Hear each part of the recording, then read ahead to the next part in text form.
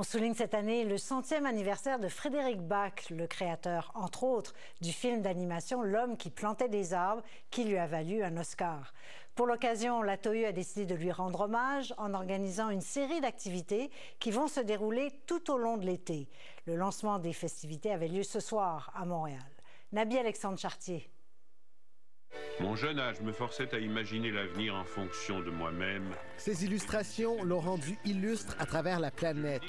Frédéric Bach, il aurait eu 100 ans cette année. Il en aurait planté tellement d'autres. Né et formé en France, en 1948, c'est par amour qu'il choisit d'émigrer et de planter ses racines au Canada. Je pense que notre mère Guylaine a été le point d'ancrage.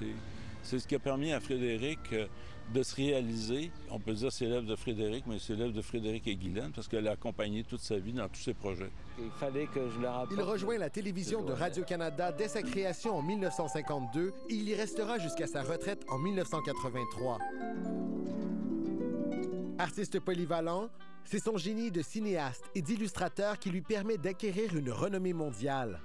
En 1982, il remporte son premier Oscar pour le film Crack, l'histoire d'une chaise berçante à travers laquelle il dessine l'histoire du Québec. Sur les flancs abaissés de la montagne. Puis 5 ans plus tard, rebelote, un second Oscar, cette fois pour son chef-d'œuvre, L'homme qui plantait des arbres. Quelques prairies verdissaient. Jusqu'au bout, avant l'heure, il dessine et s'engage pour la planète. À propos de la pollution, que c'est une chose beaucoup trop grave pour être confiée à des politiciens. Il mettait vraiment son art au service de transformation qu'il souhaitait pour la société. Il désirait profondément une société plus écologique, puis une société qui prenne soin de la vie. La Ville de Montréal a nommé en 2017 l'un de ses plus grands parcs en son honneur.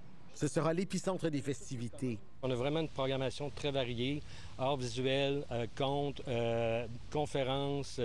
Une artiste en art visuel qui s'appelle Guylaine Chevary-Lessard, qui s'inspire à la fois des œuvres de M. Bach et du parc lui-même pour en créer d'autres. Une joie pour l'œil. Un honneur légitime, car c'est aussi lui qui a conçu la murale qui orne le métro Place des Arts. Dans le fond, il faut qu'il y ait un contenu pour que les gens, après, disent « mais on a vu quelque chose qui nous a remué ». Un tilleul commémoratif a été planté dans le parc qui porte son nom pour que sa mémoire continue à vivre dans le cœur et sur la terre des gens d'ici. Ici Nabi-Alexandre Chartier, Radio-Canada, Montréal.